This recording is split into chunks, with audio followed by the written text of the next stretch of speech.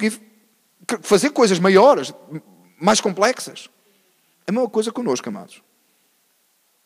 É suposto, amados, as obras em Cristo que você fizer hoje sejam maiores do que quando você aceitou Jesus. Amados, nós vivemos, eu tenho falado muito nisso aqui, amados. Muito aqui em Clifton e por todo lado, eu tenho falado muito desse assunto. Amado, você tem que crescer. Você está no mesmo ponto. O que é que diz a palavra do Senhor sobre o leite racional? Ainda são meninos.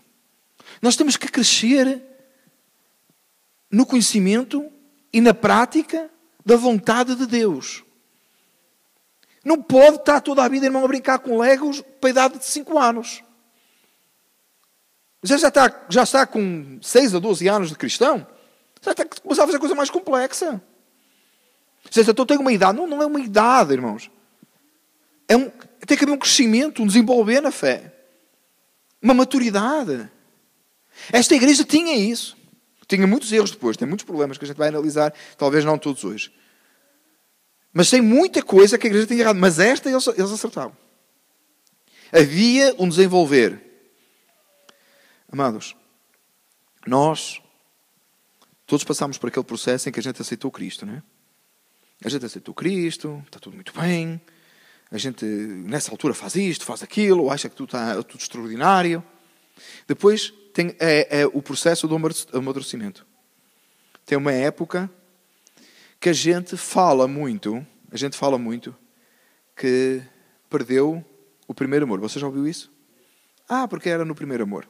Tinha uma vez dois irmãos estavam a falar e um era novo convertido e o outro já estava há muito tempo na igreja. E o novo convertido vinha, limpava, fazia, buscava todas as coisas para fazer na igreja, estava sempre ativo e tal. E o irmão mais velho virou para ele: irmão, eu quando aceitei Jesus também era assim. Depois a gente amadurece e isso passa.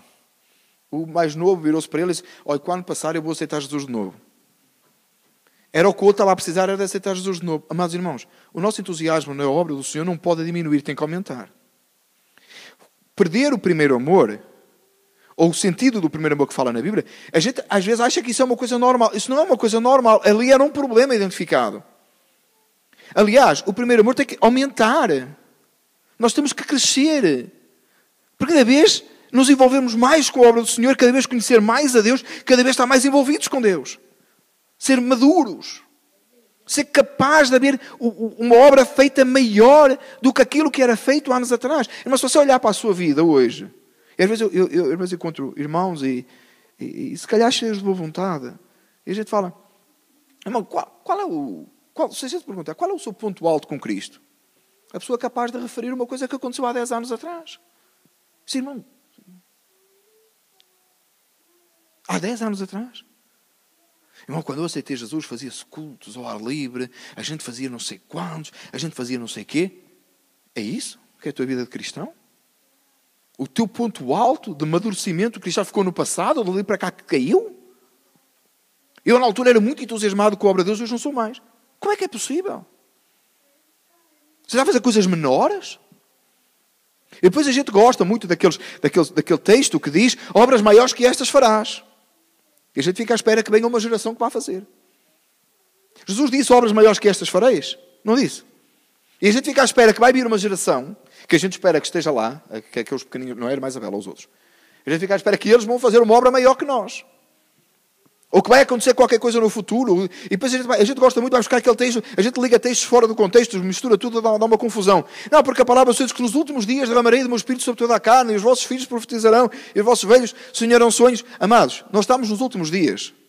Pedro disse que essa palavra estava-se cumprindo aos ouvidos daqueles que estavam ali no dia de Pentecostes. Começou ali. Esses foram os dias em que se começou a cumprir essa profecia. Não é para ser diferente. É para hoje hoje nós lemos Atos dos Apóstolos, amados. E você diz: uau, o que aquela gente era.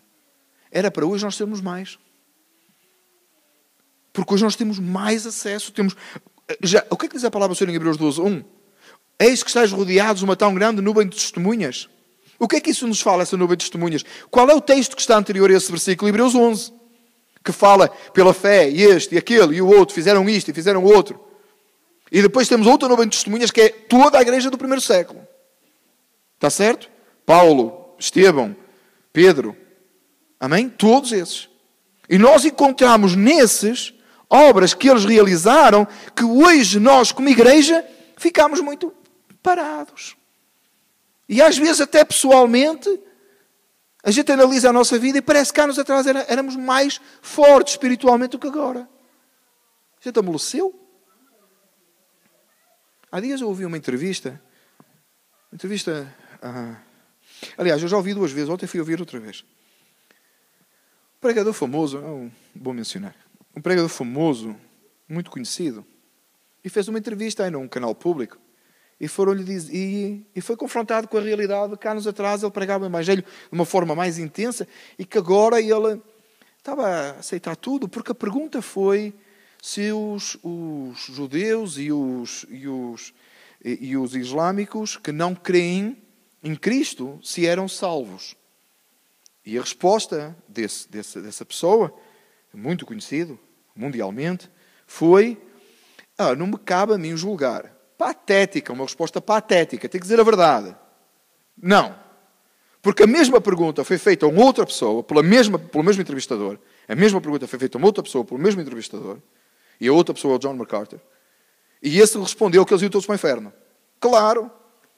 Porque essa palavra é o que a gente tem que fazer. Tem que falar o que tem que falar. Mas esse outro pregador que disse: não me cabe a mim julgar. Ainda disse que a maneira dele pregar hoje era mais em relação ao amor de Deus. Então tem mais que expor o amor de Deus. Não tem muito que entrar nessas questões de quem é salvo e quem não é salvo. Como é que não tem? E quando foi confrontado que antes ele pregava diferente, ele disse: acho que com a idade eu amoleci um pouco. E ainda teve a coragem de entender que quando ele brincava espiritualmente com coisas mais rudimentares, ele era mais forte do que agora. Você está a entender o que eu estou a dizer? E eu ouvi aquilo já há um tempo atrás, e ontem fui ouvir outra vez. Eu disse: eu tenho que ouvir isto outra vez. Que não me entra na cabeça. Amados, é para crescer. Está mais forte hoje. Hoje sabe mais, já ouviu mais pregações. Eu tive um pastor, irmãos, que hoje eu valorizo mais ele do que o que valorizava na época. Ele dizia umas coisas muito engraçadas. Um jeito simples de pregar, mas ele falava coisas muito engraçadas de valor. Que a gente, às vezes, na altura, a gente tem pouca admiração pelo pastor, depois quando não tem mais, a gente lembra. E ele acabava o culto, por exemplo, quando tinha alguém para pregar, ele acabava o culto e dizia: estou mais crente agora do que quando começou o culto. Era muito engraçado que ele dizia: eu estou mais crente agora. O que é que ele queria dizer com isso? Ele ouviu mais uma vez a palavra de Deus e essa palavra fez alguma coisa nele que o fez crescer. Ele era pastor já um homem com 60 e tal anos. E ele conseguia ter esse entendimento: eu estou mais crente agora já sei mais. E com aquela simplicidade dele, ele falava coisas muito, muito engraçadas. Essa era uma delas. E na altura eu não prestei atenção a isso. E ele repetia muitas vezes, mas muitas vezes, quase todos os cultos ele dizia isto. Sempre que tinha alguém para pregar, pregava, e ele levantava para acabar o culto, e dar a bênção apostólica e dizia: irmãos, estou mais crente agora. Era um alerta para a gente. O que é que ele queria dizer com aquilo? Você cresceu, você percebeu alguma coisa do que foi pregado? Essa palavra fez alguma coisa na sua vida? Você vai para casa igual? E ele insistia muito nisso, até ele dizia muito, irmãos, ele dizia muito. Ou ele dizia uma frase que ele dizia, que agora faz muito mais sentido em mim. Ele dizia: irmãos, eu não tenho problema de cair para o chão se eu me levantar diferente, mas se eu não me levantar diferente, eu não quero cair. Dizia ele usava expressões muito engraçadas. O beberrão, bem ao culto, cai no chão. Se levantar, sair fora e continuar a beber, nem era de Deus, não aconteceu nada. Mas eu não me importo de cair, tenho que levantar diferente. Amados, você tem 2 anos no Evangelho, suponha. É a mesma coisa que você fazia 2 anos atrás. Tem um problema de crescimento ou não tem? Está raquítico? Está atrofiado? Não, tem qualquer coisa errada. Se com 8 anos o meu filho ainda só conseguisse fazer este carro e não conseguisse nem mexer nisto, eu tinha que o levar ao médico. Está certo? Já tinha que levar lá no hospital, fazer aqueles testes todos, aquela coisada toda, para ver se está tudo bem, porque há um problema, porque ele não desembola, porque ele está preguiçoso. Tem um problema. A gente vai ter que levar. Amado, se você não cresceu nada no último ano no Evangelho, eu comecei ao bocado a falar em 10, já passei para 2 e agora para 1. Se você não cresceu nada no último ano, amados irmãos, você tem que ir ao médico. Se você não cresceu nada nos últimos 6 meses, você tem que ir ao médico. Se você não cresceu nada nos últimos 3 meses, você tem que ir ao médico. Se você não cresceu nada de ontem para hoje, você tem que ir orar. Urgente. Se no dia de ontem você não cresceu nada espiritualmente, não houve nada que traga uma mudança, se você ouvir esta mensagem e sair daqui para fora e não houver alteração na sua vida, das duas uma, ou eu não preguei o Evangelho e você não venha mais, porque então eu não preguei o Evangelho, ou então você tem um problema. Há qualquer coisa errada. Não cresceu, então, ou a palavra não foi pregada, ou então alguma coisa está errada. A palavra não faz efeito na nossa vida. Não estamos em obras, não é que a gente fala sempre? Estou em obras. Não estamos a ser mudados, não estamos a ser moldados, não estamos a ser aperfeiçoados. Está a crescer. O melhor ponto da minha vida é há 10 anos atrás? Não. O que é que você considera como ponto alto da sua vida espiritual? Se você tem que referir um milagre que aconteceu ou que você viu fazer, para você ter uma justificação, você tem um problema, irmão. Se eu disser assim, pense nisso, amado. Eu digo assim, oh, irmão, qual é o ponto alto da sua vida no Evangelho? Se eu fizer essa pergunta, você já sabe que eu estou... tem um truque aí. Tá? Mas qual é o seu ponto alto no Evangelho? Você diz, há 10 anos atrás Deus curou-me de câncer. Eu vou dizer, misericórdia. Este irmão está perdido.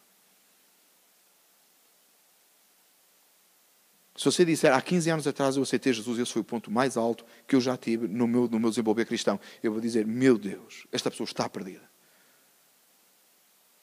Mas o que é que eu quero dizer com isto? Não, mas aceitar Jesus não é o momento mais alto. É o momento de transformação máxima, completa. Mas daí para cá tem que haver um crescimento. Você tem que ser outro hoje. Tem que haver uma transformação diária. Tem que haver alguma coisa que acontece hoje. Você tem que olhar para a sua vida espiritual hoje e dizer, não, eu hoje, em Cristo, pela misericórdia dEle, na graça dEle, dependendo dEle, não pelas minhas obras. Entenda a palavra obras aqui. Não é obras que nós... Não é por muita beneficência que você faz, mas a obra que o Espírito Santo fez em si produz obras dignas de arrependimento, como dizia João Batista, obras que mostram que você é salvo, maiores do que no tempo que você aceitou Jesus. Houve coisas que mudaram na nossa vida, houve coisas que foram transformadas, houve coisas que você lutou e você venceu e continua lutando. Você continua a ser tentado, você continua a ser... Mas tem que ter mais entusiasmo, tem que haver um crescimento.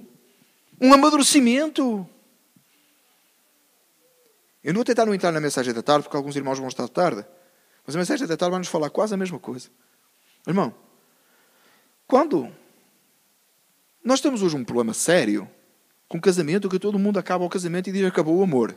Não acabou, não existiu. Qual acabou? Não acaba. Está certo? O que é que aconteceu? Né? A gente diz por brincadeira. O amor é cego e o casamento é a cura, né? O que é que isso significa? Que naquela altura que a gente começa a namorar, a gente vê uma coisa. Quando a gente casa, a gente começa a ver outra coisa. A coisa mudou. A coisa que não era bem exatamente a mesma coisa. O irmão Silveira até achava na altura que era do tamanho da esposa. Ele achava que eram os dois do mesmo tamanho. Quando ele casou, ele deu conta que ela é o dobro do tamanho dela, nem a altura. Mas é uma grande mulher, não é, irmão Silveira? Então... É o que na altura ele achou que eram iguais. Ele achava que ele até andava alinhado ao lado dela, parecia igual. Depois casou, depois reparou que não era.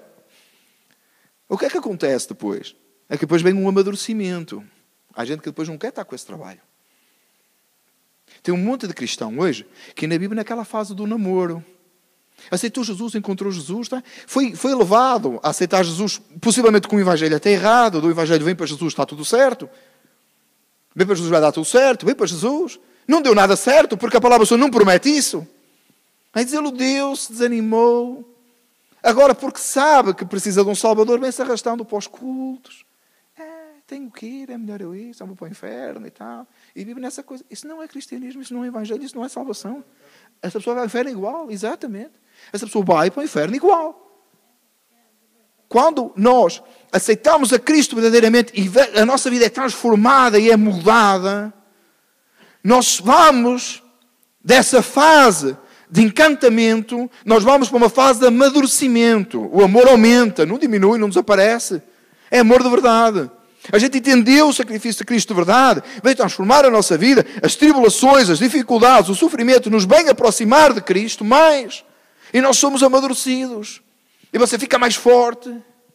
Os americanos dizem que aquilo que não te mata te fortalece, né? Whatever doesn't kill you make you strong. Acho que